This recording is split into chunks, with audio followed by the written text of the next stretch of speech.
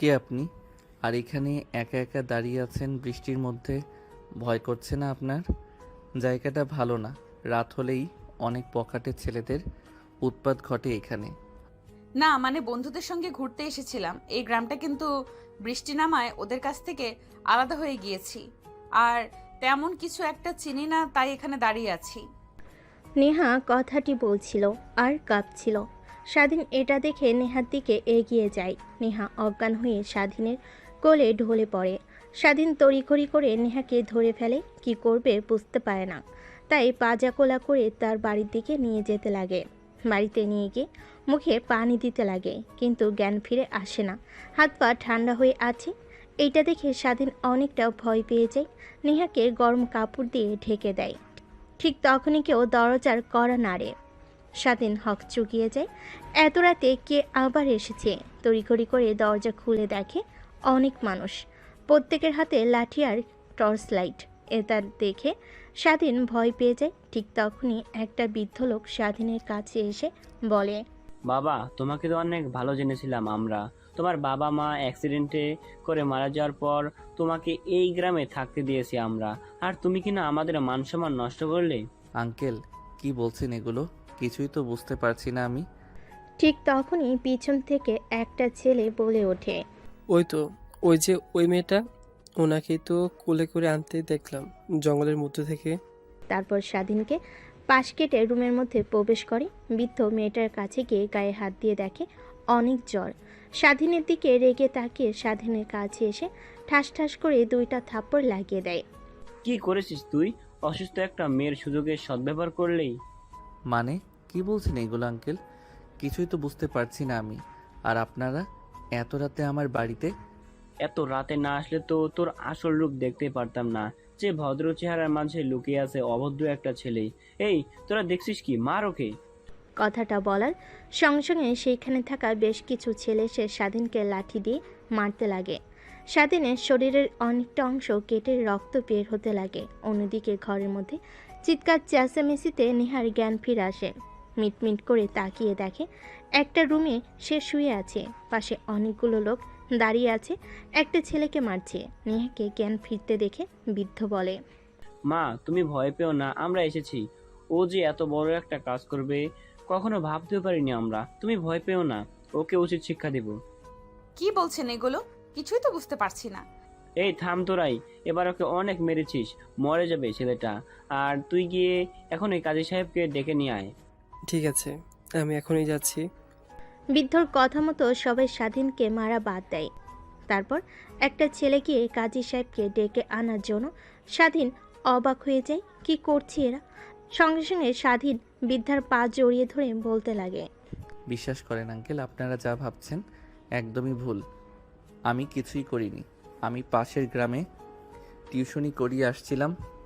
পথে বৃষ্টি, তাই ভিজে ভিজে যে বাসায় ফিরছিলাম জঙ্গলের মধ্য দিয়ে আসার সময় হঠাৎ পাশে তাকিয়ে দেখি এই মেয়েটা দাঁড়িয়ে আছে, বৃষ্টিতে ভিজছে। আমি মেয়েটার কাছে গিয়ে কথা বলতে অজ্ঞান হয়ে যায়। বুঝতে পারি না ওইখানেই রেখে আসবো কি না, তাই কোলে করে বাসায় নিয়ে আসি। আপনারা আমাকে ভুল বুঝছেন। হয়েছে, তোর আর কোনো কথা শুনতে চাচ্ছি না আমি। চুপচাপ আমরা যা করছি শুধুমাত্র তাই দেখে যা। অন্যদিকে নেহা সুদর্শক সব কিছু দেখে যাচ্ছে, কোনো কিছু বলছে না। ঠিক একটু পর কাজী সাহেব চলে আসে। তারপর স্বাধীন আর নেহার বিয়ের কার্যক্রম ঠিক করে। তখনই নেহা বুঝতে পারে কি ঘটছে তার সঙ্গে। হারিয়ে গিয়ে চিৎকার করে বলতে লাগে, আপনারা কি পাগল নাকি? আমার মত নেই। আপনারা বিয়ে দিচ্ছেন মানে কি? এইসব আমি এই বিয়ে করতে পারবো না।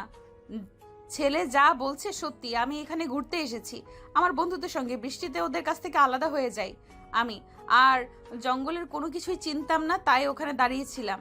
ঠিক তখনই ছেলেটার সঙ্গে দেখা হয় আমার।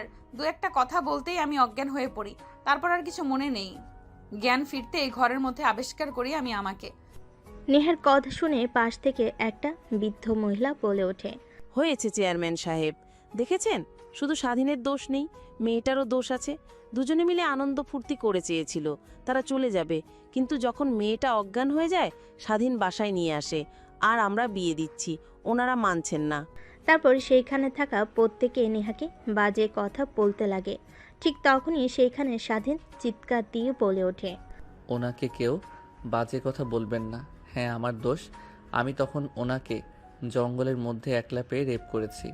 আরও কিছু শুনতে চান আপনারা? আর কাজী সাহেব, আপনি বিয়ে পড়ানো শুরু করেন। অন্যদিকে নেহা সেখানে থাকা বৃদ্ধ মেয়েগুলোর কথা শুনে নেহা কান্না করতে লাগে। স্বাধীনের কথা শুনে আরও হাউমাউ করে কান্না করতে লাগে। দেখতে দেখতে কাজী সাহেব বিয়ের কার্যক্রম শেষ করে নেহার অনিচ্ছা থাকতেও সকলেই জোড়াজড়িতে বিয়ে করতে রাজি হয়। দেখতে দেখতে বিয়ে পর্ব শেষ হয়। এক এক করে সবাই রুম থেকে বের হয়ে নিজ নিজ বাসায় চলে যায়, শুধুমাত্র চেয়ারম্যান ছাড়া। দেখ, যা করেছিস করেছিস, কিন্তু এখন থেকে দুইজন সুখে শান্তিতে সংসার কর, এই দোয়াটাই করি। আর হ্যাঁ, একদম চালাকি করবি না। যদি চালাকি করিস আর এই মেয়েটাকে যদি গ্রাম থেকে বের হতে সাহায্য করিস, তাহলে কিন্তু আমরা সবাই তোকে এই গ্রাম থেকে বের করে দেব। আমরা চাই না যে তোর জন্য আরও কোনো মেয়ের সম্মানহানি হোক। ঠিক আছে। তারপর চেয়ারম্যান সাহেব স্বাধীনের বাড়ি থেকে বের হয়ে যায়। স্বাধীন দরজা লাগিয়ে পেছনের দিকে ফিরতে নেহা এসে ঠাস ঠাস করে 2টা থাপ্পড় লাগিয়ে দিয়ে বলতে লাগে, কুত্তার বাচ্চা, তুই কেন বললি যে তুই আমাকে রেপ করতে নিয়েছিলি? তা আমাকে বিয়ে দিয়ে দিল তোর সঙ্গে, না হলে আমি তো এখান থেকে যেভাবেই হোক মুক্তি পেতাম। দেখুন ম্যাম, আপনি শহরে থাকেন, গ্রাম সম্পর্কে তেমন একটা ধারণা নেই আপনার। গ্রামের মানুষ এক কথার বান্দা, তারা যা একবার বলে তা করেই ছাড়ে। আর তারা যেহেতু একবার আমাদেরকে নিয়ে উল্টাপাল্টা সিদ্ধান্ত নিয়েছে, তাহলে আমাদেরকে বিয়ে দিয়ে ছাড়বে তারা। তার জন্যই আমি এই কথাটা বলেছি। আর দেখলেন না, সকলে আপনাকে বাজে বাজে কথা বলছিল, তাই নিজের রাগকে কন্ট্রোল করতে না পেরে তখন বলেছি সরি। সবাই বাজে কথা আমাকে বললে তোর কি আসে যায়? তুই আমার কে হস? এখন আমাকে আর কে বিয়ে করবে? আর দরজা আটকালি কেন? একদম আমার কাছে আসার চেষ্টা করবি না, তাহলে তোর কিন্তু খবর আছে, বলে দিলাম। আমাকে কিন্তু তুই চিনিস না আমি কে। দরজা লাগাবো না তো খুলে রাখবো, ঘরের মধ্যে যে কোনো সময় যে কোনো প্রাণী ঢুকতে পারে, এর কারণে লাগিয়ে দিয়েছি। আর আপনার প্রতি আমার কোনো ইন্টারেস্ট নাই। আপনি চাইলে চলে যেতে পারেন নির্দ্বিধায়। কখনো আপনার কাছে আমি আমার অধিকার নিয়ে যাব না। মনে করবেন যে একটা কালো অধ্যায় মুছে ফেলবেন মন থেকে। হয়েছে, তোকে আর অভিনয় করতে হবে না। এখন সর আমার সামনে থেকে। 2 চোখ যেই দিকে যায় সেই দিকে যাব, কিন্তু একদম তোর বাসাতে আর থাকবো না। আল্লাহই জানে কখন আবার কি হয়। তুই আবার আমার উপর ঝাঁপিয়ে পড়িস কখন, কে জানে। নেহার কথা শুনে স্বাধীন একটা হাসি দেয়, তারপর খাটের উপর গিয়ে বসে পড়ে। নেহা দরজা খুলতে যে বাহিরে এক পা রাখতে যাবে, ঠিক তখনই জোরে সোরে একটা বজ্রপাত হয়। নেহা দৌড়ে স্বাধীনের কাছে এসে স্বাধীনকে জড়িয়ে ধরে। স্বাধীন তাল সামলাতে না পেরে খাটের পর শুয়ে পড়ে নেহাকে নিয়ে। দুজনের ঠোঁটের সঙ্গে ঠোঁটের মাত্র কয়েক ইঞ্চি তফাৎ। ঠিক তখনই আরেকটা বজ্রপাত হতেই নেহা স্বাধীনকে শক্ত করে জড়িয়ে ধরে বুকের সঙ্গে মাথা ঠেকিয়ে নেয়। স্বাধীনের অনেক ভালো লাগা কাজ করে, কিন্তু নেহাকে বুঝতে না দিয়ে নেহাকে তার উপর থেকে সরানোর চেষ্টা করে। প্লিজ একটু থাকতে দিন, অনেক ভয় করে আমার বজ্রপাত দেখে। সকাল হলে আমি চলে যাব আপনার বাড়ি থেকে। আমার বাড়িতে থাকবেন, আমি তো আপনাকে না করিনি, কিন্তু আমার বুকের উপর থেকে সরেন। এভাবে জড়িয়ে ধরেছেন কেন? স্বাধীনের কথা শুনে নেহা স্বাধীনের বুকের উপর থেকে উঠে যায় আর নিজেকে সামলে নিয়ে বলে, সরি, আসলে ছোট থেকেই অনেক ভয় পাই বজ্রপাতকে দেখে। তাই যখন বৃষ্টির রাত হয় তখন মা আর বাবার সঙ্গে গিয়ে আমি ঘুমিয়ে থাকি। হঠাৎ বজ্রপাত হওয়ায় ভয় পেয়ে আপনাকে জড়িয়ে ধরেছি। সরি, কিছু মনে করবেন না। আর ধন্যবাদ। ধন্যবাদ দিতে হবে না। হাজার হন, কাগজে কলমে মানেন আর না মানেন, আপনি তো আমার স্ত্রী, তাই থাকতে পারেন, সমস্যা নেই। এখন কি দরজা লাগাতে পারি না কি সারা রাত এইভাবেই খোলা রাখবো? না না, খোলা রাখতে হবে না, যান গিয়ে দরজা লাগিয়ে দিয়ে আসেন। তারপর স্বাধীন গিয়ে দরজা লাগিয়ে রুমের মধ্যে আসে। কিচেন রুমে গিয়ে খাবার বেড়ে একটা প্লেটে তার রুমে এসে খেতে লাগে। পাশ থেকে নেহা স্বাধীনের দিকে ড্যাপ ড্যাপ করে তাকিয়ে বলতে লাগে, কেউ হয়তো বা ভুলে গিয়েছে যে রুমের মধ্যে আরো একজন আছে, আর সে না খেয়ে আছে, তাকেও একটু খাবার দেওয়া উচিত। নেহার কথা শুনে স্বাধীন নেহার দিকে পিট পিট করে তাকিয়ে থাকে। তার দিকে তাকিয়ে থাকতে দেখে মাটির দিকে তাকিয়ে থাকে। স্বাধীন বলে, হয়েছে, আর ঢং করতে হবে না। আমার রুমে একটাই প্লেট, এই বাড়িতে শুধু আমি একাই থাকি, দ্বিতীয় কোনো ব্যক্তি থাকে না। আর আমার কোনো আত্মীয় স্বজন নেই এই পৃথিবীতে, শুধু আমি একা। তাই একটাই প্লেট আছে, আমি খাবো না, আপনি খাবেন। অনেক ক্ষুধা পেয়েছে, দুপুরে খাবার খাইনি, তাই নিজেকে কন্ট্রোল করতে না পেরে আগে খাচ্ছি।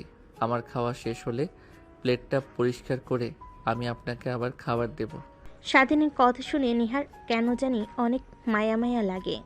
এটুকু একটা ছেলে কিভাবে এতটা কষ্ট সংগ্রাম করে বাঁচে। স্বাধীনের খাবার খাওয়ার দিকে এক নজরে তাকিয়ে থাকে। স্বাধীন এটা দেখে খানিকটা অবাক হয়ে যায়।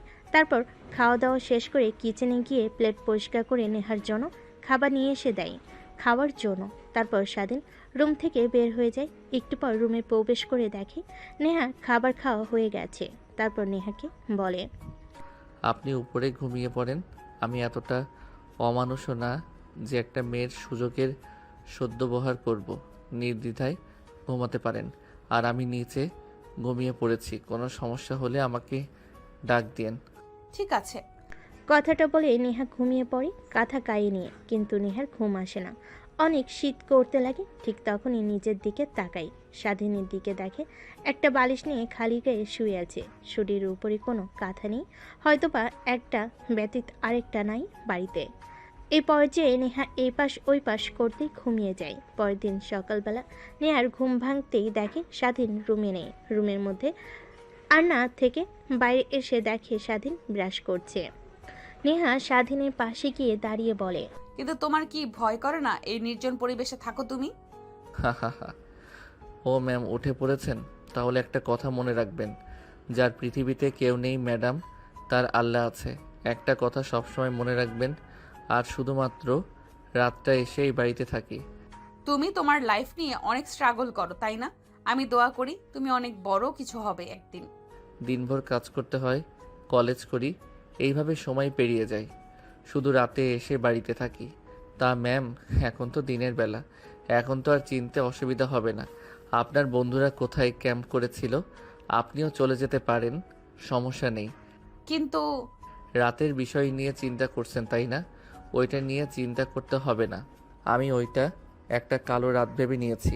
দূর স্বপ্ন একটা ভেবে নেন, তাহলেই হবে। আর আমি আপনার কাছে কখনো স্বামীর অধিকার নিয়ে যাব না।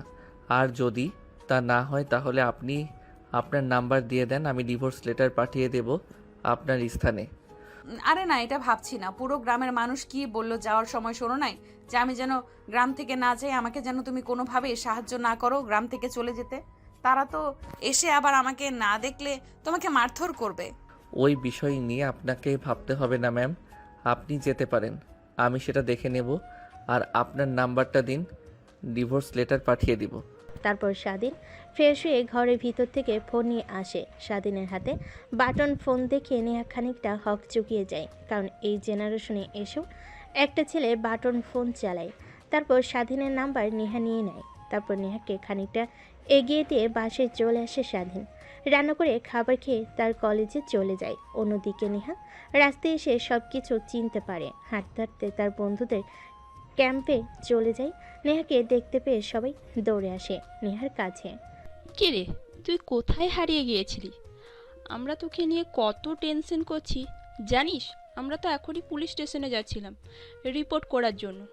রাত ভোর বৃষ্টি হয়েছে, তাই তোকে আর খুঁজতে বের হতে পারিনি আমরা কেউ। এভাবে না বলে করে কোথায় হারিয়ে গিয়েছিলি? তুই নাকি কোনো সমস্যা হয়েছে? তোর এমন মন মরা যে? আরে না, টেনশন করছিস কেন? কিছুই হয়নি। আসলে বাড়ির কথা অনেক মনে পড়ছে। অনেক দিন তো হলো ক্যাম্প করে থাকলাম, চল বাসায় ফিরে যাই। এখানে থাকতে আর একদম ভালো লাগছে না আমার। হ্যাঁ, ঠিক বলেছিস। তুই স্যারকে বললাম তোর কথা, স্যার অনেক চিন্তিত হয়ে পড়েছে। পাশের ক্যাম্পে রেস্ট নিচ্ছে মনে হয়। আর রাতে কই ছিলি? আর বলিস না, রাতে কথাটা বলতে গিয়ে নেহা থেমে যায়। মনে মনে ভাবতে লাগে, সকল বিষয় কি এদেরকে খুলে বলবো? যদি বলি তাহলে তো সবাই উল্টাপাল্টা ধারণা করবে। না, সম্পূর্ণ কথা খুলে বলা দরকার নেই।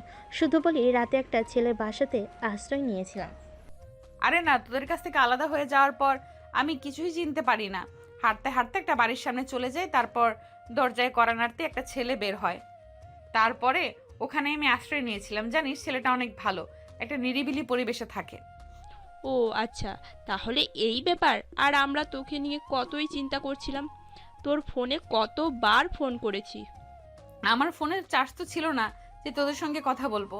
আচ্ছা বাদ দে সে সকল কথা, আমি চলে এসেছি তো, এখন তো হ্যাপি। ঠিক তখনই পাশ থেকে প্রিন্সিপাল স্যার বলে ওঠে, মা, তুমি এসেছো? আমরা তোমাকে নিয়ে কত চিন্তা করতেছিলাম। আমরা সবাই তোমার বাবাকে ফোন করে তোমায় পাওয়া যাচ্ছে না কথাটা বলতে তোমার বাবা একদম পাগল হয়ে গিয়েছে। ওয়েট, আমি তোমার বাবাকে এখনই ফোন করে বলছি তোমাকে পেয়েছি আমরা। তারপর প্রিন্সিপাল স্যার দূরে গিয়ে নেহার বাবা মার কাছে ফোন করে বলে দেয় যে নেহাকে পাওয়া গেছে। তারপর দিনভর নেহা আর তার বান্ধবীরা একসঙ্গে অনেক আনন্দ করে। ঠিক তখনই পাশ থেকে নেহার বান্ধবী বলে ওঠে, আগামীকাল সকালেই তো চলে যাব। তোর কথা শুনে যা বুঝতে পারলাম ছেলেটা অনেক ভালো। ওরে, ওকে অনেক দেখতে ইচ্ছা করছে। আমাদের চল কালকে যাবার সময় একবার ছেলেটাকে দেখে তারপর যাব। আর আদেও এইখানে আসতে পারবো কি না আল্লাহই জানে। এইবার যে কাহিনী ঘটে গেল, আর কখনো মা বাবা আর আসতে দেবে না, দেখে নিস। নেহা তার বান্ধবীর কথা শুনে কেন জানি স্বাধীনকে দেখতে অনেক ইচ্ছে করে। তাই তার মাথা দিয়ে হ্যাঁ জানি দেখতে দেখতে রাত হয়ে যায়। নেহা তার বান্ধবীদের সঙ্গে আড্ডা দিতে দিতে রাত যখন গভীর হয় তখন ঘুমিয়ে যায়। পরের দিন ভোর হতেই ঘুম ভেঙে যায় সবার। তারপর সবাই ক্যাম্প ভেঙে রেডি হতে লাগে বাড়িতে যাওয়ার জন্য। ঠিক তখনই নেহা আর তার বান্ধবীরা প্রিন্সিপাল স্যারের কাছে গিয়ে বলে, স্যার আপনাকে তো সব কথা খুলেই বললাম। আমাকে একটা ছেলে রাতে থাকতে দিয়েছিল। আমার সব বান্ধবীরা জেদ করছে যে তার সঙ্গে গিয়ে দেখা করে আসবে আর ধন্যবাদ জানিয়ে আসবে। আপনি অনুমতি দিলে আমরা যেতাম ছেলেটার সঙ্গে দেখা করতে। আচ্ছা মা, যাও, সমস্যা নেই, কিন্তু দেখে শুনে যাও। কালকে বৃষ্টি হয়েছে সারা রাত ভোর, অনেক জায়গায় কাদা পানি জমে আছে। তারপর নেহা আর তার বান্ধবীরা স্বাধীনের বাসার দিকে অগ্রসর হতে লাগে। নেহা সামনে সামনে, পিছে তার বান্ধবীরা। দেখতে দেখতে স্বাধীনের বাড়ির কাছে চলে আসে। দেখে বাসায় তালা লাগানো। নেহা বুঝতে পারে না এত সকালে কোথায় গিয়েছে। আবার ঠিক তখনই পাশ দিয়ে একটা ছেলেকে যেতে দেখে নেহা ছেলেটার কাছে গিয়ে পিছন থেকে ডাক দিতে ছেলেটা নেহার কাছে এসে বলে, ও আপনি এসেছেন? তা স্বাধীন তো বলল আপনি চলে গিয়েছেন, আর আমরা স্বাধীনকে মেয়ের গ্রাম থেকে তাড়িয়ে দিয়েছি। ওর মতো খারাপ ছেলে এই গ্রামে না থাকলে ভালো হয়, আর আপনি আবার এসেছেন। কি কিন্তু কেন মেরে গ্রাম থেকে তাড়িয়ে দিয়েছ? দেখুন, চেয়ারম্যানের রাতে কি বলছিল যে আপনি যদি গ্রাম থেকে চলে যান আর স্বাধীন যদি সাহায্য করে তাহলে তাকে গ্রাম থেকে তাড়িয়ে দেবে। চেয়ারম্যান এক কথার মানুষ, তাই ওকে মেরে কালকে রাতে গ্রাম থেকে তাড়িয়ে দিয়েছে। কোথায় আছে কে জানে। নেহা কথাটা শুনে অনেকটা অবাক হয়ে যায়, কিন্তু ছেলেটাকে কোনো কিছু বুঝতে দেয় না। পাশে দাঁড়িয়ে থাকা নেহার বান্ধবীরা নেহার দিকে অবাক দৃষ্টিতে তাকিয়ে থাকে। এক পর্যায়ে বলেই ফেলে, কি রে, তোর জন্য ছেলেটাকে গ্রাম থেকে তাড়িয়ে দিয়েছে মানে? কিছুই তো বুঝতে পারছি না। বুঝতে হবে না তোদের। ওয়ের ছেলেটার নাম্বার তো আমার কাছে আছে, ফোন করে দেখি কোথায় আছে। অন্যদিকে সকালে যখন নেহা গ্রাম থেকে চলে যায় তখন অনেকেই দেখে ফেলে, কিন্তু কিছুই বলে না। স্বাধীন বিকেলে বাড়িতে ফেলে চেয়ারম্যান আর তার লোকেরা স্বাধীনকে মেরে গ্রাম থেকে তাড়িয়ে দেয়। স্বাধীন অনেক কাকুতি মিনতি জানায়, কিন্তু চেয়ারম্যানের কোনো মায়া হয় না। না, বারবার শুধু একটা কথাই বলে, তোর মতো বাজে ছেলেকে এই গ্রামে থাকতে দেব না। না জানি আবার কোন মেয়ের জীবন তুই নষ্ট করিস। এক পর্যায়ে স্বাধীনকে মারতে মারতে গ্রাম থেকে তাড়িয়ে দেয়। তারপর স্বাধীন বাস স্টেশনে গিয়ে বসে থাকে। তার কাছে একটা টাকাও নেই যে কোনো জায়গায় যাবে, সেখানে এখনও বসে আছে। ঠিক তখনই ফোন বাজতে লাগে। স্বাধীন খানিকটা অবাক হয়ে যায়, কারণ তাকে ফোন করার মতো কেউ নেই, শুধুমাত্র সে যেখানে টিউশনি করেই সেই মেয়েটা বাদে। স্বাধীন উদ্বেগ নিয়ে ফোনটা পকেট থেকে বের করে অচেনা একটা নাম্বার দেখে ফোনটা রিসিভ করে সালাম দিয়ে কানের কাছে ধরতেই ওই পাশ থেকে বলতে লাগে, কোথায় তুমি? স্বাধীন নেহার কণ্ঠ শুনে বুঝতে পেরে যায় যে নেহা কিছু বলতে যাবে। এর আগেই নেহা ও পাশ থেকে বলতে লাগে, কি হলো, কি বলছে? আমার কথা কি তোমার কানে যায়নি? কোথায় তুমি? আর তোমাকে কালকে রাতে বাড়ি থেকে বের করে দিয়েছো? ও আপনি? হ্যাঁ, চেয়ারম্যান আর তার লোকেরা আমাকে বাড়ি থেকে বের করে দিয়েছে। আর এখন বাস টার্মিনালে বসে আছি, বাসের অপেক্ষা করছি। ওখানে বসে থাকো, আমরা আসছি। কথাটা বলে নেহা ফোন রেখে দেয়। স্বাধীন অবাক হয়ে যায়, এই মেয়েটার আবার কি হলো। তারপর নেহা তার বান্ধবীরা তড়িঘড়ি করে গ্রাম থেকে বের হয়ে বাস টার্মিনালের দিকে অগ্রসর হয়। বাস টার্মিনালে গিয়ে দেখে স্বাধীন একটা বেঞ্চিতে বসে আছে, হাতে একটা ব্যাগ। নেহা গিয়ে স্বাধীনের পাশে দাঁড়াতেই স্বাধীন উপরের দিকে তাকিয়ে দেখে নেহা। তারপর নেহাকে উদ্দেশ্য করে প্রশ্ন করে, আপনি এখনো গ্রাম থেকে যাননি? গ্রামের কেউ দেখে ফেললে আপনাকে আবার ওরা উল্টাপাল্টা কথা বলতে পারে। এখনই চলে যান আমাকে নিয়ে, আপনার ভাবতে হবে না, কিছু একটা না একটা হবেই। তা তো বুঝতেই পারছি কি হবে, চলো এখন আমার সঙ্গে। ঠিক তখনই পাশ থেকে নেহার বান্ধবী নেহার হাত ঝান্টা মেরে টান মেরে একটু ফাঁকে নিয়ে সে বলে, তোর মাথা কি পুরোটাই গেছে নাকি? স্যার কি বলছে শুনিসনি? আমাদের ক্যাম্পে কোনো প্রকার ছেলে এলাও নেই, আর তুই একে যদি নিয়ে যাস স্যার অনেক রাগান্বিত হয়ে যাবে। তুই জানিস এটা চেনা নয় জানা নেই অপরিচিত ছেলে। তুই জানিস ছেলেটা আমার কি হয়? নেহার বান্ধবী নেহার কথা শুনে নেহার দিকে বাঁকা দৃষ্টিতে তাকায়। ও আমার স্বামী হয়, বুঝলি? তুই অপরিচিত কেউ না। কি বলছিস? তুই তোর স্বামী হয় মানে? তাহলে শোন, ওই দিন রাতে কি হয়েছিল। তোদেরকে যা বলেছি সব মিথ্যা কথা। তারপর নেহা তার বান্ধবীদের শুরু থেকে শেষ পর্যন্ত বলতে লাগে। সবাই শুনে অবাক হয়, নেহার দিকে তাকিয়ে থাকে। কি করবি? তোর জন্য একটা ছেলের জীবন নষ্ট হয়ে গেল, গ্রাম থেকে তাড়িয়ে দিয়েছে। কই যাবে, কি করবে? এতিম একটা ছেলে, অনেক মায়া লাগছে রে, কিন্তু কি আর করার। তখনই পাশ থেকে নেহার আরেকটা বান্ধবী বলে ওঠে, তোর কথা শুনে যতটুকু বুঝতে পারলাম যে তুই ছেলেটাকে মেনে নিবি না কখনোই, কিন্তু ওর জীবন তো নষ্ট করে লাভ নেই। তোর বাবার তো অনেক অনেক টাকা, তুই নিশ্চয় ছেলেটাকে কিছু একটা করে দিতে পারবি। কিন্তু তার জন্য তো ওর লেখাপড়া করতে হবে। আমার দেখে যা মনে হয় ওই ছেলেটা এসএসসি পরীক্ষা দিয়েছে বোধহয়, পিচ্ছি একটা ছেলে। ওকে তো আর তোর বাসাতেও নিয়ে যেতে পারবি না, কি বলবি তোর বাবা মাকে? আচ্ছা, একটা কাজ করলে হয় না? আমাদের যে ফ্ল্যাটটা আছে, যেখানে আমরা সব বান্ধবীরা মিলে আড্ডা দিই, ড্রিঙ্কস করি, আর মাঝে মাঝে গ্রুপ স্টাডি করি, ওটা তো প্রায় সময় পড়েই থাকে। ছেলেটাকে ওই ফ্ল্যাটটা দিলে কেমন হয়? তুই একদম ঠিক কথা বলছিস, কিন্তু আমরা কোথায় গিয়ে আড্ডা দেবো, ড্রিঙ্কস করব, গ্রুপ স্টাডি করব? কেন ওই ফ্ল্যাটে গিয়ে করব? ফ্ল্যাটে তো আর কম রুম নেই, একটাতেও না হয় থাকবে, অন্য আরেকটাতে আমরা থাকবো। আর ছেলেটাকে দেখে এমনিতেই মনে হচ্ছে ও হাবাগোবা। আরে আমরা তো বলে যাচ্ছি, শুধু যার স্বামী সে তো কিছু বলছে না। প্লিজ নেহা ম্যাডাম, আপনি অন্তত কিছু বলুন। কিন্তু ও যদি কখনো আমার কাছে স্বামীর অধিকার নিয়ে আসে, তখন কি করব? আরে ঢাকায় গিয়ে ওকে ডিভোর্স দিয়ে দিবি, এত টেনশন করছিস কেন? তুই আর ছেলেটাকে দেখ একবার, কেমন বোকা শোকা দেখতে। কখনোই তোর কাছে স্ত্রীর অধিকার নিয়ে যাবে না।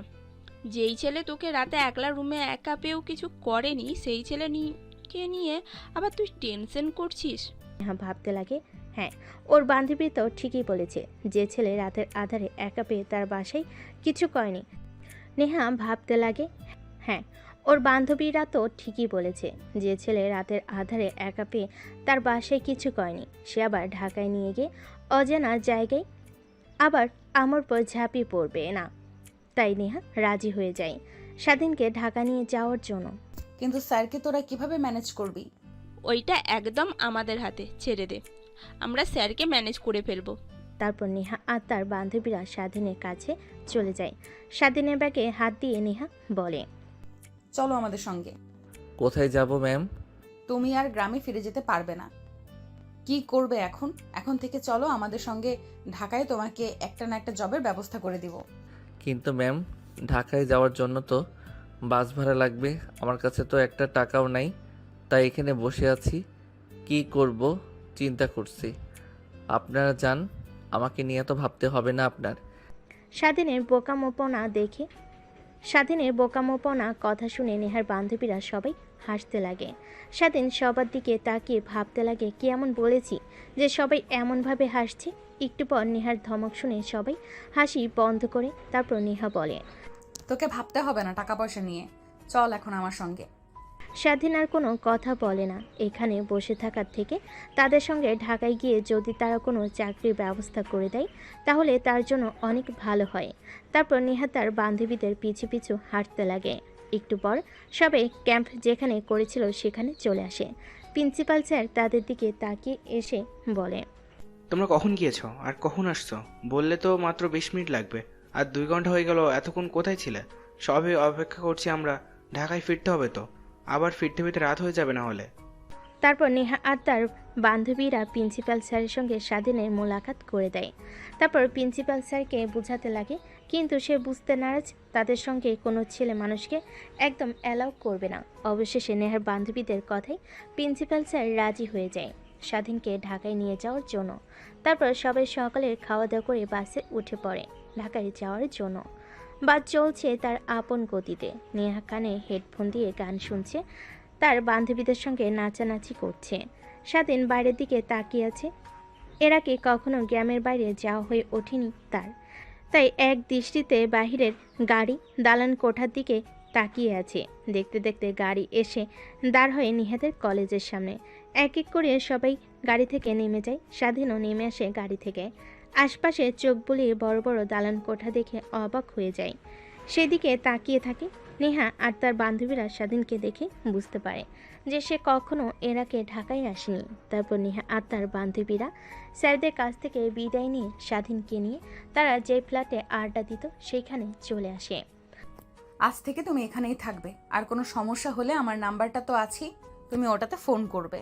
আর তুমি কি লেখাপড়া করো নাকি? তোমাকে তো দেখে মনে হলো যে তুমি লেখাপড়া করো, তখন বলছিলে যে টিউশন করাও। হ্যাঁ, এইবার এসএসসি দিয়েছি, রেজাল্ট পেয়েছি, আলহামদুলিল্লাহ A+ এসেছে। কিন্তু কেন? তাহলে তো হয়ে গেল, তোমাকে এখানে ভালো একটা কলেজে ভর্তি করিয়ে দেব। আর তুই ভালো টাকা পয়সা নিয়ে টেনশন করিস না। আর জীবনে বড় হতে হলে লেখাপড়া করতে হবে, লেখাপড়ার অবদান অপরিসীম। মনোযোগ দিয়ে লেখাপড়া কর, তারপর আমি আমার বাবার কোম্পানিতে তোকে একটা ভালো চাকরি দিয়ে দেব। ঠিক আছে ম্যাম। তারপর নেহা স্বাধীনকে সব কিছু দেখিয়ে দিতে লাগে। স্বাধীন সব কিছু দেখে নেয়। তারপর নেহা আর তার বান্ধবীরা ফ্ল্যাট থেকে বের হয়ে যে যার বাসে চলে যায়।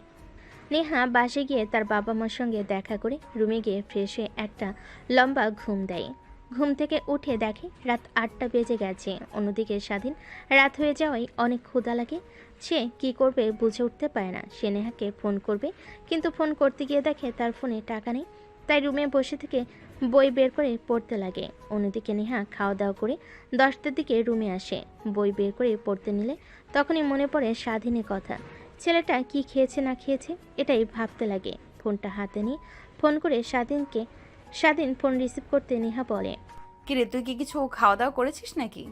না ম্যাম, এইখানে তো কিছু চিনি না, আর আমার কাছে টাকাও নেই যে বাহিরে গিয়ে খাবার খেয়ে আসবো।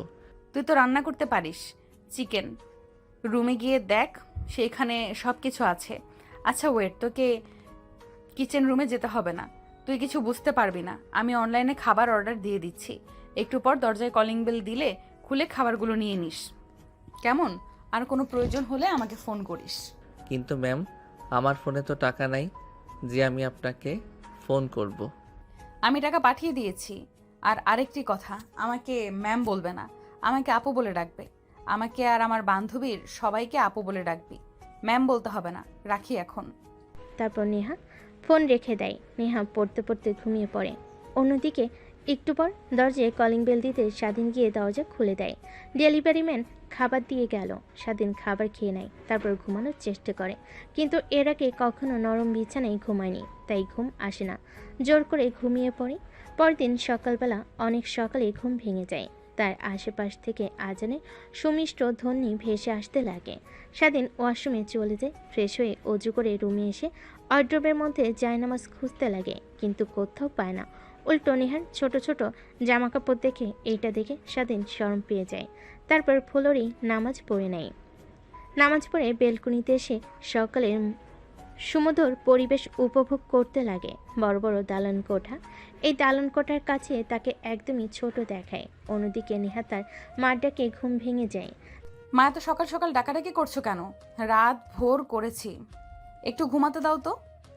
আরে ঘড়ির দিকে তাকিয়ে দে, কত বাজে? 9টা বাজছে। কলেজে যাবি না? অনেক দিন তো হলো বাহিরে দিয়ে ঘুরে আসলি। ও মা, কি বলো, 9টা বেজে গেছে? তারপর নেহা তড়িঘড়ি করে ওয়াশরুমে চলে যায়। ফ্রেশ হয়ে বাহিরে এসে রেডি হয়ে কাঁধে ব্যাগ নিয়ে বাড়ি থেকে বের হতে যাবে, ঠিক তখনই খাবার টেবিল থেকে নেহার মা বলে ওঠে, কি রে মা, এমন হকচকিয়ে কোথায় যাচ্ছিস? খাবার তো অন্তত খেয়ে যা, তোর কলেজ শুরু হতে এখনো অনেক সময় আছে। না মা, সময় নেই, এক্সট্রা ক্লাস আছে। বাই বাই, আল্লাহ হাফেজ। নেহার আবার কি হলো?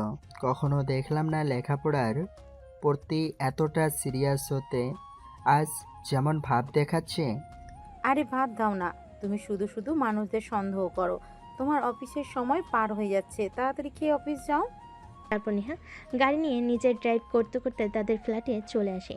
দরজায় গিয়ে কড়া নাড়তেই স্বাধীন দরজা খুলে দেয়। স্বাধীন নেহাকে হাঁপাতে দেখে বলে, কি হয়েছে ম্যাম, এমনভাবে হাঁপাচ্ছেন কেন?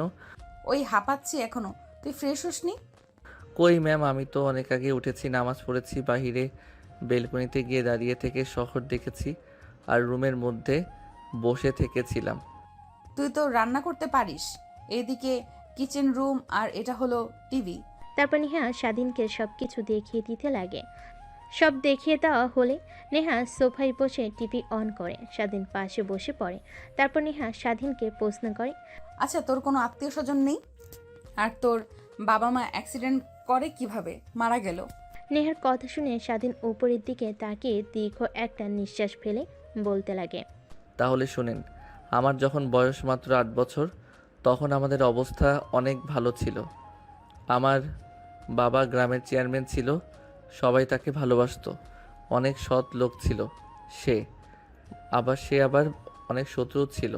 একদিন বাবা আর মা আমার নানি বাড়িতে যাচ্ছিল, ঠিক তখনই ট্রাকের সঙ্গে অ্যাক্সিডেন্ট হয়ে মারা যায় বাবা আর মা। আর আমার অনেক আত্মীয় স্বজন আছে, তারা আমার বাবার সম্পত্তি দখল করে নিয়েছে আর আমাকে বাড়ি থেকে বের করে দিয়েছে।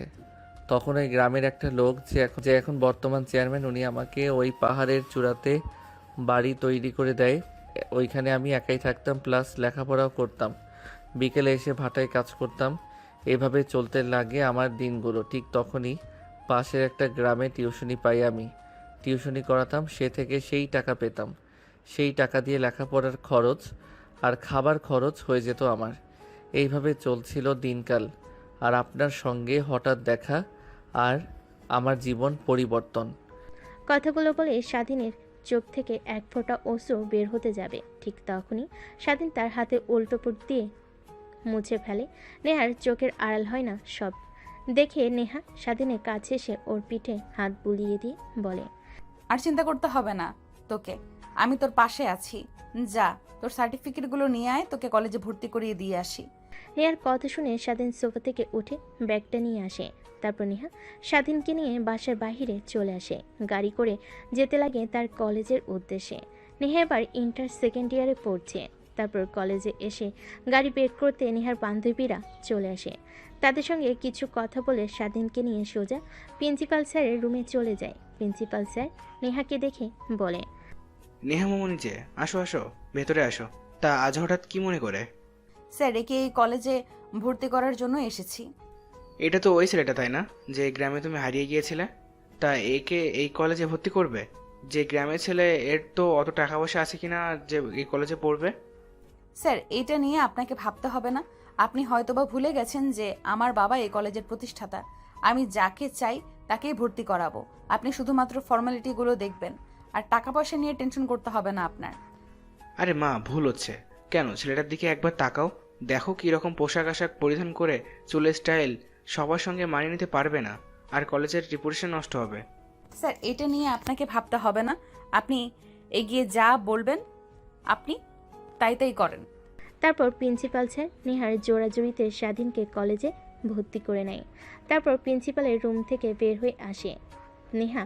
তারপর স্বাধীনকে নিয়ে সোজা চলে যায় শপিং মলে। স্বাধীনকে বেশ কিছু জামাকাপড় কিনে দেয়। সেলুনে নিয়ে গিয়ে মাথার চুল সুন্দর করে কেটে দিতে বলে। তারপর নেহা বাইরে গিয়ে অপেক্ষা করতে লাগে। একটু পরে সেলুন থেকে বের হতেই নেহা অবাক হয়ে যায়। মাশাল্লাহ, আমার জুনিয়র বরকে তো দেখতে অনেক কিউট। শুধু গ্রামের পরিবেশে থাকতো দেখে তেমন ভালো দেখায়নি। এই নেহা, কি ভাবছিস তুই এসব? ও তোর জুনিয়র, আর তুই ওকে মেনে নিতে পারবি না কখনোই তোর সঙ্গে। কথাটা নিজে নিজে বলে নেহা নিজের মাথায় আলতো করে টোকা দেয়। জোরে লাগাতে ব্যথাতে আহ করে ওঠে। কি হয়েছে ম্যাম আপনার? আরে তোকে কতবার বলবো আমাকে আর আমার বান্ধবীকে ম্যাম বলে ডাকবে না, আপু বলে ডাকবি। ঠিক আছে ম্যাম।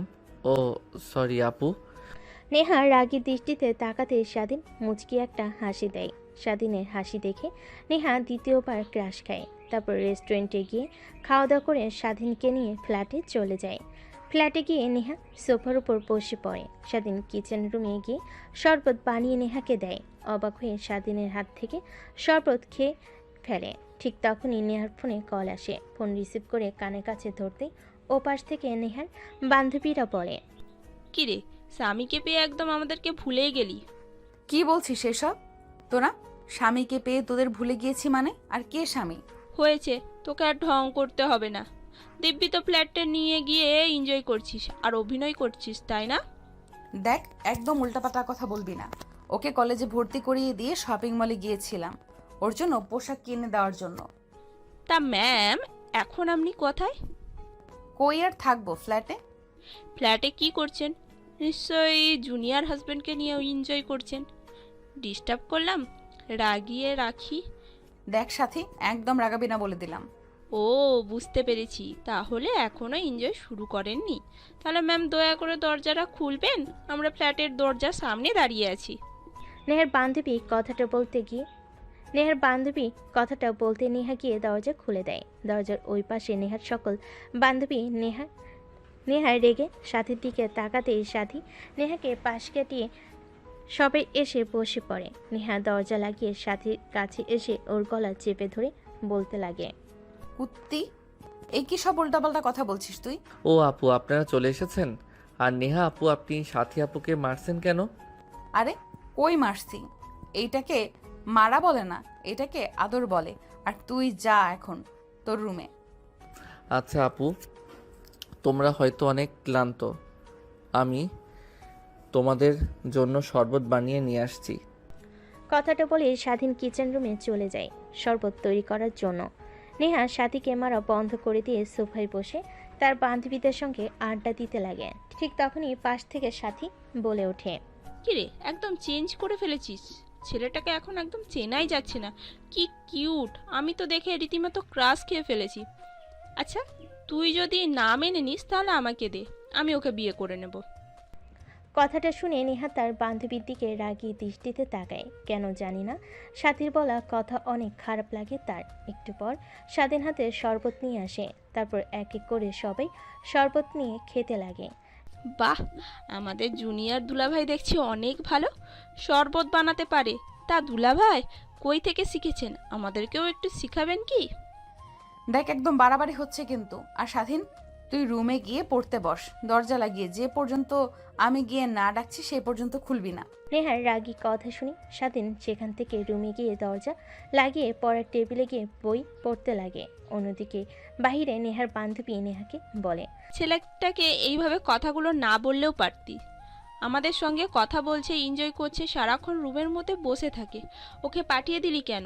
আমরাও তো ওর বড় বোনের মতন।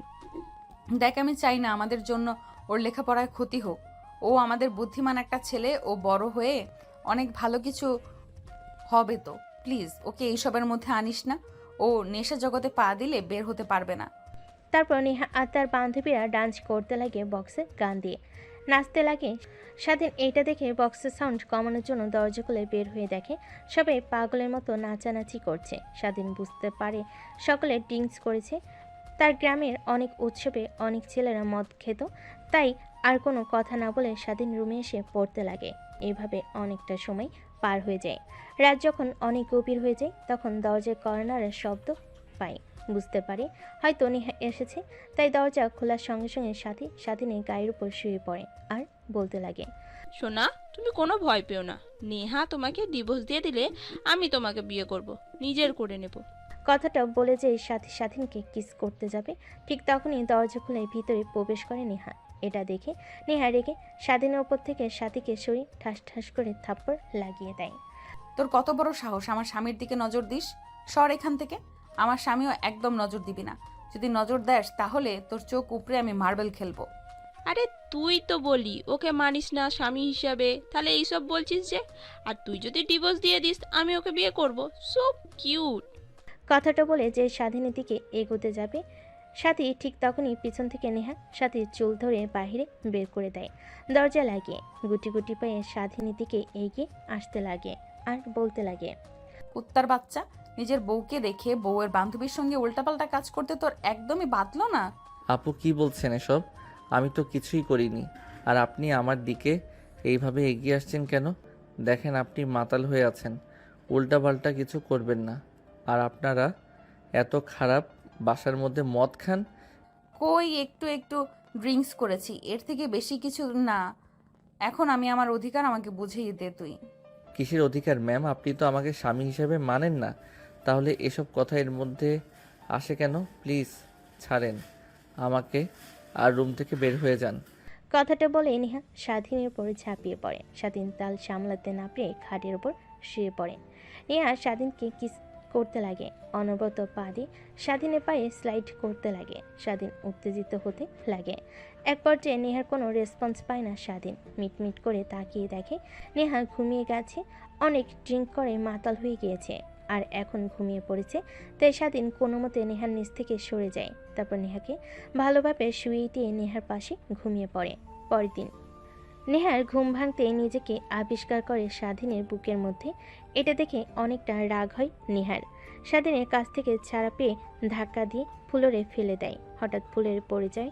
স্বাধীনের ঘুম ভেঙে যায়। অবাক দৃষ্টিতে সামনে নেহার দিকে তাকিয়ে থাকে। কুত্তার বাচ্চা, তোকে একটু সুযোগ দিয়েছি আর তুই সুযোগের সদ্ব্যবহার শুরু করেছিস। ভেবেছিলাম তুই অনেক ভালো, অন্যান্য ছেলেদের মতো না, সহজ সরল। কিন্তু তুই যে এই সহজ সরল চেহারার মধ্যে ভয়ঙ্কর একটা চরিত্র লুকিয়ে আছে সেটা তো আর আমি জানি না। দেখুন আপু, আপনি আমাকে ভুল ভাবছেন। আপনি যা ভাবছেন তা একদমই হয়নি। চুপ, একদম চুপ। একটা কথাও বলবি না তুই আর। এক্ষুনি রুম থেকে বেরিয়ে যা, তোকে যেন আর না দেখি আমার চোখের সামনে। নেহার কথা শুনে স্বাধীন ঘর থেকে বের হয়ে যায়। বাহির এসে দেখে নেহার বান্ধবীরা সবাই অগোছালোভাবে শুয়ে আছে। স্বাধীন ফ্লোরে থাকা বোতল আর চিপসের প্যাকেটগুলো পরিষ্কার করতে লাগে। এক পর্যায়ে নেহার বান্ধবীদের ঘুম ভেঙে যায়। আরে জুনিয়র দুলাভাই, আপনি কাজ করছেন কেন আমরা থাকতে? আরে না, তোমরা ঘুমাও, আমি পরিষ্কার করছি। আর কি খাবে? আমি রান্না করে দিচ্ছি। জুনিয়র দুলাভাই, আপনি রান্না করতে পারেন? সব পারি, শুধু বলো কি খাবে। ঠিক তখনই রুমের বাহিরে বের হয় নেহা। স্বাধীনকে তার বান্ধবীদের সঙ্গে কথা বলতে দেখে রেগে বলে, নেহা, ওই কুত্তার বাচ্চা, তোকে কি বললাম? তোর কানে যায়নি? তোকে না বললাম রুম থেকে বের হয়ে যা? এখন এখানে রয়েছিস যে? ম্যাম, আপনি বের করে দিলে কোথায় যাব? আমি ঢাকার শহরের কিছুই তো চিনি না। আমি ভুল করে থাকলে ক্ষমা চাচ্ছি, কিন্তু আমাকে আপনি বাড়ি থেকে বের করে দিয়েন না। তোর কোনো কথাই শুনতে চাচ্ছি না আমি এখন। চলে যাবি। নেহার বান্ধবীরা সবাই অবাক হয়ে নেহার দিকে তাকিয়েছিল। হঠাৎ কি হলো নেহার? স্বাধীনের সঙ্গে এমন ব্যবহার করছে? উদ্বেগ নিয়ে বলে ফেলে সাথী। কি রে, কি হয়েছে? ছেলেটাকে কিভাবে কথা বলছিস? কেন আর রেগে আছিস কেন এত? কুত্তার বাচ্চা, কত বড় সাহস! আমার মাতাল হওয়ার সুযোগ নিয়েছে। আর কি বলছিস? কিছুই তো বুঝতে পারছি না, সব কিছু মাথার উপর দিয়ে যাচ্ছে। বুঝিয়ে বল অন্তত। তারপর নেহা তার বান্ধবীদের শুরু থেকে শেষ পর্যন্ত বলতে লাগে। এটা শুনে সবাই হা হা করে হাসতে লাগে। আমার কথা কি তোদের জোকস মনে হচ্ছে যে তোরা হাসছিস? জোকস নয় তো কি? তোর স্বামী তোকে স্পর্শ করবে না তো আমাদের স্পর্শ করবে? আরে তুই তো ফুল মাতাল হয়েছিলি। আমি স্বাধীনের কাছে গিয়েছিলাম, অভিনয় করতেছিলাম, কিন্তু স্বাধীন আমার কাছ থেকে বারবার দূরে সরে গিয়েছে। এটা দেখে তুই রেগে স্বাধীনকে নিয়ে দরজা আটকে দিয়েছিলি। তারপর কি করেছিস সেটা জানি না। আমরা ছেলেটার কোনো দোষ নেই। একটা মেয়ে যদি ওর কাছে যায়, নিজেকে আর কন্ট্রোল করে রাখবে কতক্ষণ? তারপর তুই আবার ওর বউ। তাই বলে ও আমার মাতাল হওয়ার সুযোগ নেবে? আরে তোর ঠোঁটের লিপস্টিক স্বাধীনের অনেকটা জায়গায় লেগে আছে, ঘাড়ে, কপালে, ঠোঁটে, কিন্তু তোর কোনো জায়গাতেই ওর স্পর্শ নেই। দেখেছিস তো? তুই ওকে জোর করেছিস, ও না। নেহা নিজেও অবাক হয়েছে, কি এমন বলেছে যে সবাই হাসছে। তারপর নেহা নিজে নিজে ভাবতে লাগে, হ্যাঁ ঠিকই তো বলেছে। নেহা ভাবতে দেখে সাথে নেহার কাঁধে হাত রেখে বলে, আরে ভয় পেতে হবে না, যা এখন ছেলেটাকে কোথায় আছে গিয়ে নিয়ে আয়। ও তো ঢাকা শহরের কিছুই চেনে না, আবার হারিয়ে না যায়। তারপর নেহা ফ্ল্যাটের বাইরে এসে স্বাধীনকে খুঁজতে লাগে। অন্যদিকে নেহার বান্ধবীরা ঘর পরিষ্কার করতে লাগে। বাইরে এসে দেখে স্বাধীন একটা গাছের নিচে বসে আছে আর কি যেন ভাবছে। নেহা পাশে গিয়ে বসতে স্বাধীন পাশ ফিরে তাকিয়ে দেখে নেহা। সরি তোকে ভুল বোঝার জন্য, আসলে আমারই ভুল ছিল। কিন্তু আপু আমাদের মধ্যে কিছুই হয়নি। আপনি মাঝপথে গিয়ে অজ্ঞান হয়ে গিয়েছিলেন আর আমি স্বস্তি নিঃশ্বাস ফেলে আপনাকে খাটের উপর শুয়ে দিয়ে আমি পাশে ঘুমিয়ে পড়েছিলাম। অনেক ক্লান্ত ছিলাম তাই। সত্যি বলছিস তুই? হা হা, এক সত্যি 3 সত্যি। আর যদি আপনার সঙ্গে কিছু হতো তাহলে তো আপনি বুঝতেই পারতেন, তাই না? তারপর নেহা ভাবতে লাগে। হ্যাঁ, স্বাধীন তো ঠিকই বলেছে। যদিও আমার সঙ্গে উল্টাপাল্টা কিছু করে তাহলে তো আমার শরীরে ব্যথা হয়ে থাকবে, কিন্তু কোনো ব্যথা নেই, শরীরে কোনো পরিবর্তন নেই।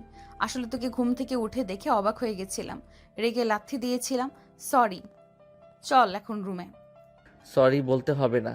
আর আমি বুঝতে পেরেছিলাম আপনি আপনার ভুল বুঝতে পারলে আসবেন। আর আপনি ছাড়া আমার এই পৃথিবীতে কেউ নেই আপু।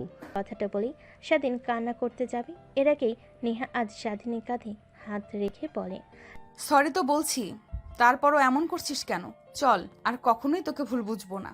তারপর নেহা স্বাধীনকে নিয়ে ফ্ল্যাটে চলে যায়। ফ্ল্যাটে ঢুকতেই নেহার বান্ধবীরা চলে যায়। নেহা ওয়াশরুমে গিয়ে গোসল করে নেয়। বাইরে এসে পোশাক পরিবর্তন করে বাইরে আসে। দেখে স্বাধীন টেবিলে খাবার রেখে দিয়ে বসে আছে। আপু আসুন বসুন, আমি রান্না করেছি আপনার জন্য, খেয়ে তারপর না হয় যাবেন। আর ওই আপুগুলো কোথায় গেল? তোমাদের না বললাম আমি রান্না করব, আপনারা খেয়ে যাবেন, কিন্তু চলে গেল যে? আরে ওরা বাসায় চলে গেছে, আর আমাকেও যেতে হবে। ওয়েট, খাবার খেয়ে তারপর যাই। তারপর নেহা আর স্বাধীন দুজন মিলে খাবার খেতে লাগে।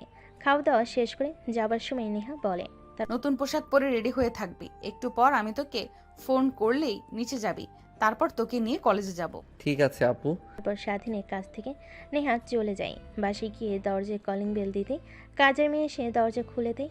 নেহা তার রুমের দিকে যেতে যাবে, ঠিক তখনই বসার রুম থেকে নেহার বাবা বলতে লাগে, নেহামা এদিকে আয়, তোর সঙ্গে কিছু কথা বলার আছে। হ্যাঁ বাবা বল, হ্যাঁ বাবা বলো, আমাকে আবার কলেজে যেতে হবে। দেখ মা, তুই আমাদের আদরের একমাত্র মেয়ে, তোকে কখনো এমন কোনো কথা বলিনি যাতে তুই কষ্ট পাস। যখন যা চেয়েছিস তাই দিয়েছি, কিন্তু দিন দিন তোর ব্যবহার কেমন যেন হয়ে যাচ্ছে। আমার একদমই ভালো লাগছে না। আমি ভালো করে জানি বন্ধু বান্ধবীদেরকে নিয়ে আনন্দ ফুর্তি করার বয়স এইটা তোর। তোরা একটা ফ্ল্যাট কিনেছিস সব বান্ধবীরা মিলে, ওইখানে গিয়ে আড্ডা দিস, কিন্তু ইদানিং তোর সঙ্গে নাকি একটা ছেলেকে দেখা যাচ্ছে। তুই আমাদের কলেজে গিয়ে তাকে ভর্তি করে দিয়েছিস। প্রিন্সিপাল স্যার ওকে ভর্তি করতে চাচ্ছিল না, তারপরেও তুই জোড়াজোড়ি করে ভর্তি করে দিয়েছিস।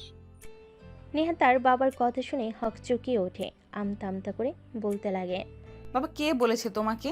হ্যাঁ, আমরা একটা ফ্ল্যাট নিয়েছি এটা সত্যি, কিন্তু একটা ছেলেকে নিয়ে কই আমি করছি। কলেজে নিয়ে গিয়েছিলাম যে ছেলেটাকে, ওইটা হচ্ছে আমার ফ্রেন্ডের ছোট ভাই, ওকে কলেজে ভর্তি করে নেই প্রিন্সিপাল স্যার, তাই রেগে নিয়ে গিয়েছিলাম আমার সঙ্গে। ঠিক আছে, আমি এই বিষয় নিয়ে প্রিন্সিপাল স্যারের সঙ্গে কথা বলছি। আর তোমাকে যেন আর ওই ছেলেটার সঙ্গে না দেখা যায়। ঠিক আছে বাবা। তারপর নেহা তার বাবাকে জড়িয়ে ধরে গালে একটা চুমু দিয়ে রুমে চলে যায়। রুমে ব্যাগে বই নিয়ে বাইর হয়ে আসে। তার বাবার কাছ থেকে বিদায় নিয়ে সোজা চলে যায় তাদের ফ্ল্যাট বাড়ির সামনে। স্বাধীনকে ফোন দিতে নিচে নামে আসে। স্বাধীনকে দেখে নেহা তৃতীয়বারের মতো ক্র্যাশ খায়। আমার জুনিয়র জামাই দেখছি দিন দিন অনেক কিউট হচ্ছে, আল্লাহ জানে কত পেতনি ওর দিকে নজর দিবে। আজ সবাইকে একদম শেষ করে ফেলবো। যদি কেউ খারাপ দিকে তাকায়, 2-1 দিন আগে কিংবা পরে হোক, ওকে আমি মেনে নেবই। থাক নেহা, কি ভাবছিস এসব? তোর সঙ্গে কখনোই ওর যায় না। আপু চলো, কি ভাবছো? আমি কখন গাড়িতে উঠে বসেছি, কলেজের সময় তো পেরিয়ে যাচ্ছে, চলো। তারপর নেহা স্বাধীনকে নিয়ে চলে যায় কলেজের দিকে।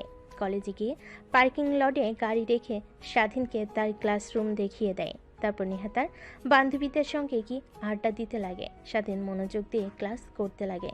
ক্লাস করা শেষ হলে কলেজ ঘুরে দেখার জন্য বাইরে আসে। দেখে নেহা তার বান্ধবীদের সঙ্গে একটা গাছের নিচে বসে আড্ডা দিচ্ছে।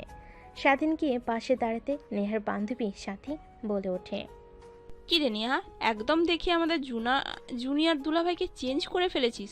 গ্রাম থেকে কি নিয়ে এসেছিলি আর কি বানিয়ে ফেলেছিস। এখন তো তোকে দেখে অনেক হিংসা হচ্ছে আমার। তুই যাই করিস, ডিভোর্স দিলে আমার কাছে তুলে দিস, ওকে? আমি বিয়ে করে নেব, তারপর আমাদের কিউট কিউট কয়েকটা বাচ্চা হবে ওর মতন। সাথীর কথা শুনে নেহা নিজের অজান্তে সাথীকে একটা থাপ্পড় দিয়ে ওঠে। কি রে, তোর ক্লাস নেই? বাইরে দিয়ে করছিস কেন? হ্যাঁ আপু, ক্লাস আছে, কিন্তু কলেজটা দেখার জন্য বের হয়েছি। আচ্ছা তোমরা আড্ডা দাও, আমি কলেজে দেখি। হ্যাঁ ঠিক আছে, যা ঘুরে দেখ কলেজটা, কিন্তু হ্যাঁ একটা কথা মনে রাখবি, একদমই মেয়েদের দিকে তাকাবি না আর মেয়েদের সঙ্গে কথা বলবি না। স্বাধীন মাথা দিয়ে হ্যাঁ জানে। তারপর নিজে নিজেই পুরো কলেজটা ঘুরে দেখতে লাগে। কলেজ দেখা শেষ হলে স্বাধীন তার ক্লাসরুমে গিয়ে আবার ক্লাস করতে লাগে। দেখতে দেখতে কলেজের সময় শেষ হয়ে যায়। কলেজ ছুটি দিলে স্বাধীন ক্লাসরুমের বাইরে এসে সোজা কলেজ গেটের বাইরে দাঁড়িয়ে থাকে। নেহার অপেক্ষা করতে লাগে, কিন্তু নেহার কোনো নাম গ্রন্থ পায় না। ঠিক তখনই তার ফোন করে নেহা। আপু কই আপনি? আর কতক্ষণ ধরে এখানে দাঁড়িয়ে আছে, আপনার তো কোনো দেখাই পাচ্ছি না। বান্ধবীদের সঙ্গে রেস্টুরেন্টে চলে এসেছি। তুই একটা কাজ কর, তোকে আগামীকাল কিছু টাকা দিয়েছিলাম না, ওই টাকা দিয়ে সোজা বাসায় চলে যাবি। এদিক ওইদিক একদমই ঘোরাফেরা করবি না। আর রাস্তা তো চিনিস না, চিনলে রিক্সাওয়ালাকে আমাকে বললেই তোকে নিয়ে যাবে। ঠিক আছে, আর আপনি কি ফ্ল্যাটে যাবেন না? না, বাসায় যাব। ও তো তোর সঙ্গে থাকলে মা বাবা সন্দেহ করতে পারে। রাখি এখন, আর কোনো সমস্যা হলে আমাকে ফোন করিস। তারপর স্বাধীন গাড়ির জন্য অপেক্ষা করতে লাগে, কিন্তু কোনো রিক্সা ফাঁকা পায় না। এক পর্যায়ে একটা রিক্সা ফাঁকা দেখতে পায়। স্বাধীন রিক্সাওয়ালাকে ডাক দিয়ে দেয়। স্বাধীনের সামনে এসে দাঁড়িয়ে রিক্সা উঠতেই স্বাধীনের সঙ্গে একটা মেয়ে উঠে পড়ে। এই কে আপনি? আর রিক্সা দাঁড় করিয়েছি, আমি যাব, আপনি কেন উঠে বসলেন? হাই, আমি তিথি। আমি আর তুমি একই ক্লাসে পড়ি। তোমাকে আজকে দেখেছি, আমার বেস্ট ফ্রেন্ড হতে পারি। আর তুমি যেদিকে যাবে ওই দিকে আমার বাসা। তো প্লিজ রাস্তায় নামিয়ে নিও, কোনো রিকশায় ফাঁকা পাচ্ছি না। কি করব আর বলো, বাসায় যেতে হবে তাড়াতাড়ি। তাহলে তুমি চলে যাও, আমি আরেকটা রিক্সা দাঁড় করে না হয় যাব। আরে আস না, ভয় পাচ্ছ কেন? আমি তো আর তোমাকে খেয়ে ফেলছি না। তারপর রিক্সাওয়ালা মামাকে স্বাধীন বলতে যেতেই লাগে। মেয়েটার সঙ্গে টুকটাক কথা বলতে লাগে স্বাধীন। অন্যদিকে নেহা আর তার বান্ধবীরা রেস্টুরেন্টে খাওয়া দাওয়া করছিল। ঠিক তখনই রেস্টুরেন্টের সামনে দিয়ে একটা মেয়ের সঙ্গে রিক্সায় করে যায়। এটা নেহার চোখের আড়াল হয় না। নেহা রেগে তার হাতে থাকা গ্লাসটা ভেঙে ফেলে। এটা দেখে নেহার বান্ধবী বলে, কি রে, কি ব্যাপার, কি হয়েছে তোর? এত রেগে গেলি কেন হঠাৎ করে? আরে কই রেগে গিয়েছি, বাসায় যেতে হবে, তোরা থাক। আরে খাবারটা অন্তত খেয়ে যা। বাসায় যাওয়ার জন্য এত তাড়াহুড়ো লাগিয়েছিস কেন? একটা ইম্পর্ট্যান্ট কাজ আছে, তাই বাসায় যেতে হবে। ভাই তোদের সঙ্গে পরে কথা হবে। তারপর নেহা রেস্টুরেন্টের বাইরে এসে গাড়ি স্টার্ট দিয়ে যেতে লাগে। রাস্তাতে স্বাধীন আর মেয়েটাকে দেখে ওদের পিছু পিছু আসতে লাগে। এক পর্যায়ে স্বাধীনের শরীরের ওপর বারবার কথা বলতে বলতে মেয়েটা এটা ওইটা দেখে, আরও অনেক রেগে যায়। আর নিজেকে কন্ট্রোল করতে না পেরে নেহার জোরে গাড়ি চালিয়ে সোজা ফ্ল্যাটে এসে দরজা খুলে রুমে গিয়ে বসে থাকে। অন্যদিকে স্বাধীন মেয়েটার সঙ্গে পরিচিত হতে লাগে। এই অল্প কিছুক্ষণের মধ্যে স্বাধীন বুঝতে পেরে যে মেয়েটা অনেক মিশুক। তারপর মেয়েটা তার বাসার কাছে আসতেই রিক্সা থেকে নেমে যায়। স্বাধীনকে পায়ে জানিয়ে তারপর রিক্সা যেতে লাগে তার আপন গতিতে। বাসার সামনে আসতে রিক্সাওয়ালাকে ভাড়া দিয়ে ভিতরে প্রবেশ করে। তারপর ভিতরে ফ্ল্যাটের দরজা খুলে ভিতরে ঢুকে পড়ে। রুমে গিয়ে ব্যাগ রেখে পাশে তাকিয়ে দেখে নেহা তার দিকে অগ্নিদৃষ্টি নিক্ষেপ করে তাকিয়ে আছে। স্বাধীন এইটা দেখে রীতিমতো ভয় পেয়ে যায়। আরে আপু তুমি, আর তুমি না বললে যে আসবে না? তোমার বাসায় যেন কি কাজ আছে, কিন্তু এখানে যে কিছু কি হয়েছে? কিছুই হয়নি, বাট ওই মেয়েটাকে আর তোকে কি বললাম আমি যে কোনো মেয়ের সঙ্গে কথা বলবি না, তারপরও আমার কথা অমান্য করলি কেন? ও তুমি তিথির সঙ্গে দেখেছো? ও তো আর আমি একই ক্লাসে পড়ি, আজকে ওর সঙ্গে পরিচয় হলো। মেয়েটা অনেক মিশুক। ও আচ্ছা, তাই একদিনের মধ্যে বান্ধবী বানিয়ে ফেললি, আর কিছুদিন গেলে তো গার্লফ্রেন্ড বানিয়ে ফেলবি। কি বলছো এগুলো তুমি আপু? নেহা নিজের রাগকে আর কন্ট্রোল করতে না পেয়ে দৌড়ে স্বাধীনের কাছে এসে ওর গলা চেপে ধরে দেওয়ালের সঙ্গে দু হাত দিয়ে নেহার কাছ থেকে ছাড়া পাওয়ার আপ্রাণ চেষ্টা করে। আপু প্লিজ ছেড়ে দাও, আমার অনেক ব্যথা লাগছে। ব্যথা লাগার জন্যই তো আমি ধরেছি, আর কোনো মেয়ের সঙ্গে একটা রিক্সা করে যাওয়া আসা করবি? তুই কোনো মেয়ের সঙ্গে কথা বলবি না আর। না আপু প্লিজ, তুমি এবারের মতো ছেড়ে দাও। আর কোনো মেয়ের সঙ্গে কথা বলবো না আমি। স্বাধীনের কথা শুনে নেহা ছেড়ে দেয়। স্বাধীন দু হাত দিয়ে গলা ধরে কাশতে কাশতে ফ্লোরে বসে পড়ে। নেহা যেয়ে খাটের উপর বসে পড়ে। সরি। সরি বলতে হবে না, আমি তো তোমার কেনা গোলাম। তুমি যখন যা করবে মুখ বুজে সহ্য করতে হবে। থাকতে দিয়েছো, খেতে দিয়েছো, লেখাপড়া করতেও দিয়েছো, আর তুমি আমাকে মারবে সামান্য বিষয় আমি কিছুই মনে করিনি। আসলে ছোট থেকেই আমার একটা বদ অভ্যাস আছে যে আমার কথা শোনে না, তার প্রতি আমার অনেক রাগ হয়। তোকে বলেছি না মেয়েদের কাছ থেকে দূরে দূরে থাকবি, কিন্তু তুই তো উল্টা আমার কথা বড় ক্লাবই করেছিস, তাই রে তোকে মেরেছি। সরি। আচ্ছা আমি অন্য মেয়েদের সঙ্গে কথা বললে তাই আপনার কি? আপনি তো আপনার বন্ধুদের সঙ্গে বসে আড্ডা দেন, আমি তো কিছু বলি না। আমি তোর বিয়ে করা স্ত্রী, এই কথাটা হয়তোবা তুই ভুলে যাচ্ছিস বারবার। না আপু ভুলে যাচ্ছি না, কিন্তু তুমি তো আমাকে সেই অধিকার দাওনি। তুমি তো আগেই বলে নিয়েছো কখনো তুমি আমাকে মানতে পারবে না। তাহলে এখন এই কথা বলছো কেন? বাদ দাও। তুমি যেহেতু বলেছো কোনো মেয়েদের সঙ্গে কথা বলবো না, আর আমি ঠিক তখনই নেহার ফোন আসে। নেহা ফোনটা হাতে নিয়ে দেখে তার বাবা ফোন করেছে। রুম থেকে বের হয়ে রিসিভ করে নেহা। তার বাবার সঙ্গে কথা বলে নেহাকে তার বাবা তাড়াতাড়ি বাসায় যেতে বলে। তারপর নেহা বাসায় চলে যায়। স্বাধীন ভাবতে লাগে। আচ্ছা বুঝতে পারছি না আপু আমার সঙ্গে কেন অন্য মেয়েকে দেখতে পায় না। আমাকে দেখে সাথী আপু যখন ভালো মন্তব্য করে তখন নেহা আপু ওই রকম করে কেন? নেহা আপু আমাকে ভালোবেসে ফেলেছে ধীরে ধীরে। দেখো কি ভাবছি আমি, উনি কোথায় আর আমি কোথায়। হয়তোবা আমাকে শাসন করে যেন আমি অল্প সময়ে মেয়েদের পাল্লায় না পড়ি। মেয়েদের কাছ থেকে দূরে থাকতে হবে আমাকে। নেহা বাড়িতে গিয়ে বসার রুমে গিয়ে দেখে অনেক মানুষ বসে আছে। নেহা কাউকে চিনতে পারে না। তারপর নেহার মা নেহাকে নিয়ে নেহার রুমে চলে যায়। তারপর বলে, মা, এই শাড়ি আর গহনা পরে সুন্দর করে সেজে বাহিরে আয়। কিন্তু কেন? তোর বাবা তোর এক বন্ধুর ছেলের সঙ্গে তোর বিয়ের কথা বলেছে, তাই তারা তোকে দেখতে এসেছে। তাই তোকে ফোন করে তোর বাবা তাড়াতাড়ি আসতে বলল। আর বাবা যে বলল তুমি নাকি অসুস্থ, তাহলে এটা কি মিথ্যা কথা? আরে, তোকে আমার অসুস্থতার কথা না বললে তো আর আসতি না, তাই তোকে মিথ্যা কথা বলেছে তোর বাবা। এখন তাড়াতাড়ি রেডি হয়ে আয়, অনেকক্ষণ হলো তারা বসে আছে তোকে দেখার জন্য অধিক আগ্রহে। এখন বাইরে গিয়ে তুমি বাবাকে বলবে আমি এই বিয়ে করতে পারবো না। কিন্তু কেন? অনেক ভালো ফ্যামিলি, তোর বাবার বন্ধু প্লাস বিজনেস পার্টনার, অনেক ভদ্র আর নরম একটা ছেলে। আমরা তো সবাই রাজি, তোর বাবা অনেক খুশি। কিন্তু আমি না লেখাপড়া শেষ করব, নিজের পায়ে দাঁড়াবো, তারপর আমি বিয়ে করব। এর আগে না, সাফ সাফ করে তোমাকে বলে দিলাম। দেখ মা, তোর বাবা তো অনেক রাগী, এটা তো তুই জানিস। তোর বাবার মাথায় রাগ উঠলে কিন্তু তাকে কন্ট্রোল করা যায় না। এখন এত কথা না বলে তাড়াতাড়ি রেডি হয়ে নিচে আয়, তারপর না হয় বিষয়টা নিয়ে আলোচনা করা যাবে। এখন তো তোর বাবার মান সম্মান রক্ষাতে আয়। যাও, আসছি, শুধুমাত্র তোমার কথাতে। কিন্তু আমি বিয়ে করতে রাজি, কিন্তু নয়। লক্ষ্মী মা আমার, আয়। শাড়ি আর গহনার দিকে তাকাতে স্বাধীনের কথা মনে পড়ে। আর ছেলেটার সঙ্গে একদমই বেশি বেশি করা হয়ে গিয়েছে। তারপর শাড়ি আর গহনা পরিধান করে নেয়। তারপর সিঁড়ি দিয়ে নিচে নেমে বসার রুমে এসে বসে পড়ে। বিআই সাহেব, আপনাকে তো বললামই আমার মেয়েকে দেখলে রিফাত বাবা আর না করতে পারবেন না। বাবা হ্যাঁ বলবেই। তা এখন বিয়ের ব্যাপারটা নিয়ে কথা বলি নাকি? সামনের দিকে এই বিষয়টা নিয়ে আগানো যায়। নেহা তার বাবার কথা শুনে অনেক রেগে যায়। রেগে উঠে দাঁড়ায়।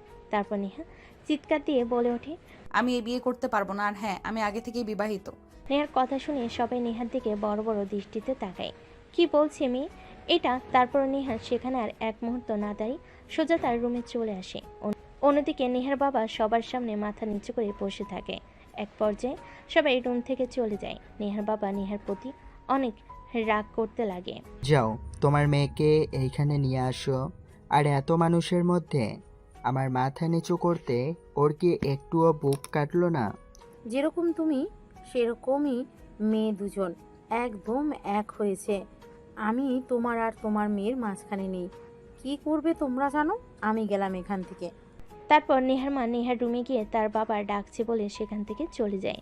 নেহা বসের রুমে এসে দেখে কেউ নেই। তারপর সোফায় বসতে নেহার বাবা বলে, বিয়ে করেছিস মানে? তুই কবে বিয়ে করলি? আর আমরা জানতে পারলাম না একটাবারও? হ্যাঁ বাবা, আমি বিয়ে করেছি, আর বিপদে পড়ে বিয়ে করতে হয়েছে। তোমরা মানো আর না মানো, আমি ওকে স্বামী হিসেবে মেনে নিয়েছি। কে ওই ছেলে? পরিচয় কি? ওর বাবা দাদা কি করে? বাবা প্লিজ, তুমি কিছু বলবে না।